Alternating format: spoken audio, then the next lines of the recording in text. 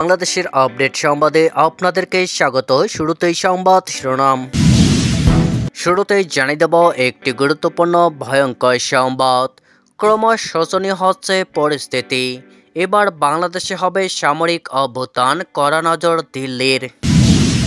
এদিকে শুভেচ্ছা জানিয়ে দেশবাসীর উদ্দেশ্যে বাণী দিলেন বাংলাদেশের প্রাক্তন প্রধানমন্ত্রী শেখ হাসিনা। থাকছে বিস্তারিত প্রতিবেদনে।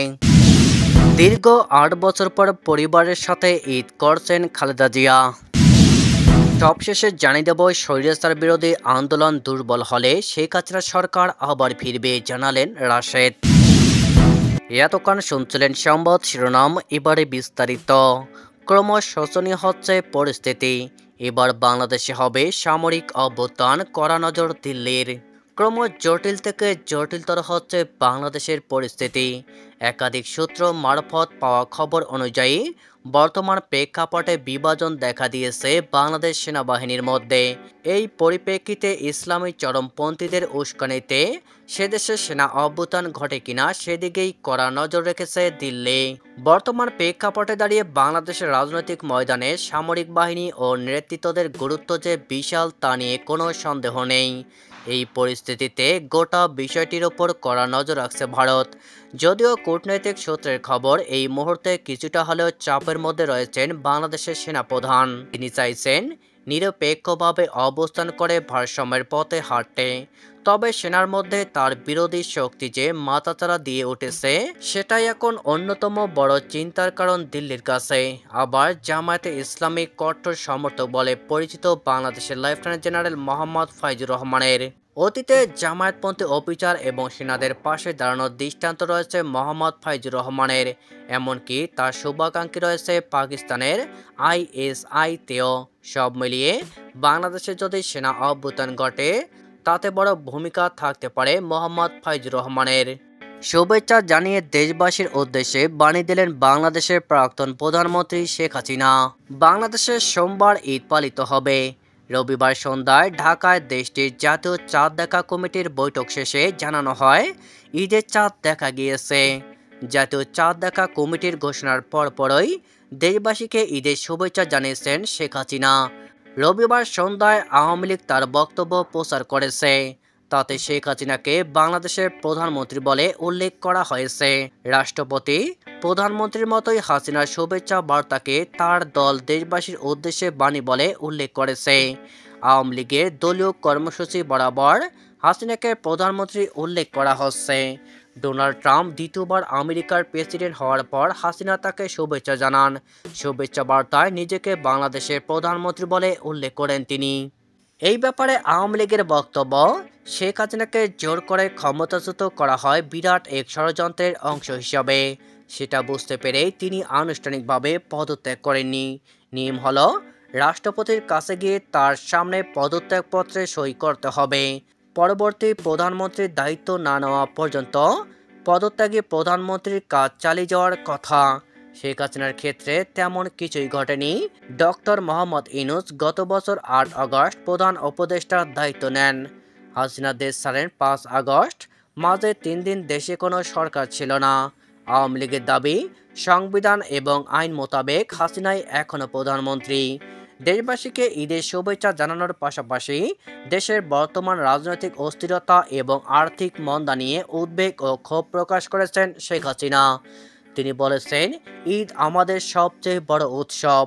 পবিত্র রমজান মাসে সিয়াম সাধনার পর ঈদের আনন্দে মুখরিত হয় সমগ্র মুসলিম বিশ্ব। আত্মশুদ্ধির মাস শেষে সমস্ত ভেদাভেদ ভুলে ঈদের আনন্দে মেতে ওঠে মুসলমানরা।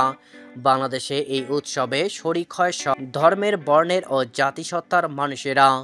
বাংলাদেশে এই উৎসব এই অঞ্চলের শত বছরের ধর্মীয় সম্প্রীতির ঐতিহ্য বহন করেছে। আনন্দের এই দিনে আমি প্রাণ ভরে আল্লাহর কাছে প্রার্থনা করি আমার দেশের জন্য, দেশের অভাগা মানুষের জন্য। হাসিনা এরপর সরব হয়েছেন দেশের পরিস্থিতি নিয়ে। তিনি বলেছেন, এই দেশের গরিব দুঃখী জনগণ যখনই দুবেলা পেট পুড়ে খেয়ে আরেকটু ভালোভাবে বাঁচবার চেষ্টা করে, তখনই দেশের শত্রুরা, স্বাধীন বাংলাদেশের শত্রুরা ষড়যন্ত্রের ছক আঁকতে বসে। বাংলাদেশে বিশ্বের বুকে মাথা উঁচু করে দাঁড়ালে যাদের মাথা হেট হয়ে যায়, তারাই ষড়যন্ত্রে মেতে ওঠে। বাংলাদেশে ৫৪ বছরের ইতিহাসে বারবার তার পুনরাবৃত্তি ঘটেছে। এবার তারা মেতেছে ধ্বংসলীলায়।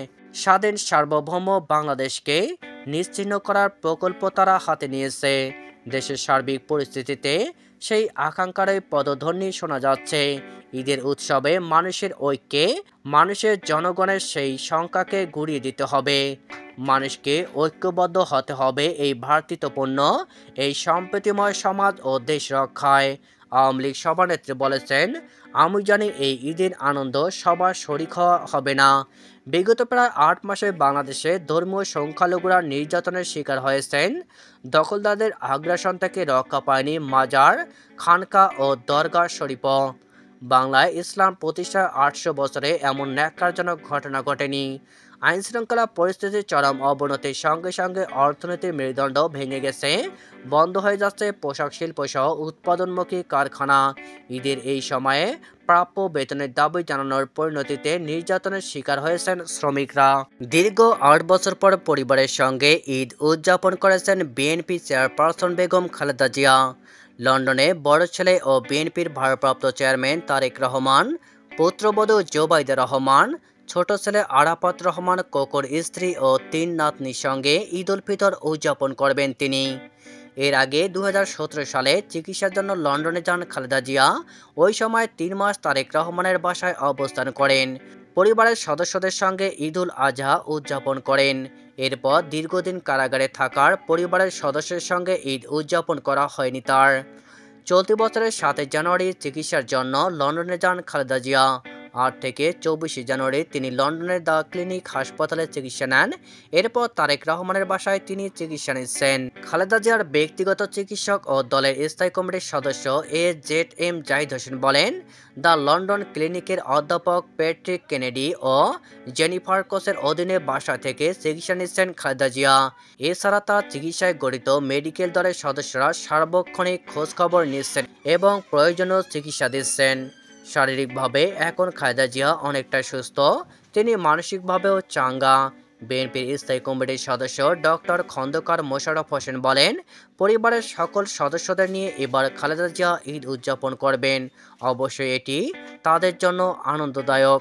সবাইকে ঐক্যবদ্ধ থাকার আহ্বান জানিয়ে গণ অধিকার পরিষদের সাধারণ সম্পাদক রাশেদ খান বলেছেন, স্বৈরাচার বিরোধী আন্দোলন দুর্বল হলে শেখ হাসিনা সরকার আবার ক্ষমতায় ফিরে আসবে।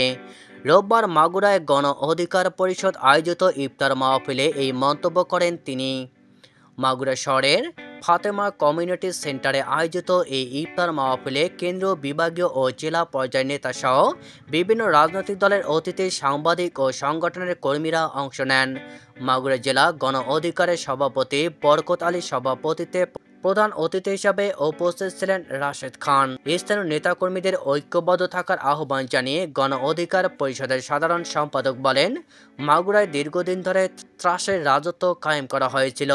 স্বৈরাচার বিরোধী আন্দোলন দুর্বল হলে শেখ হাসিনার সরকার আবার ক্ষমতায় ফিরে আসবে।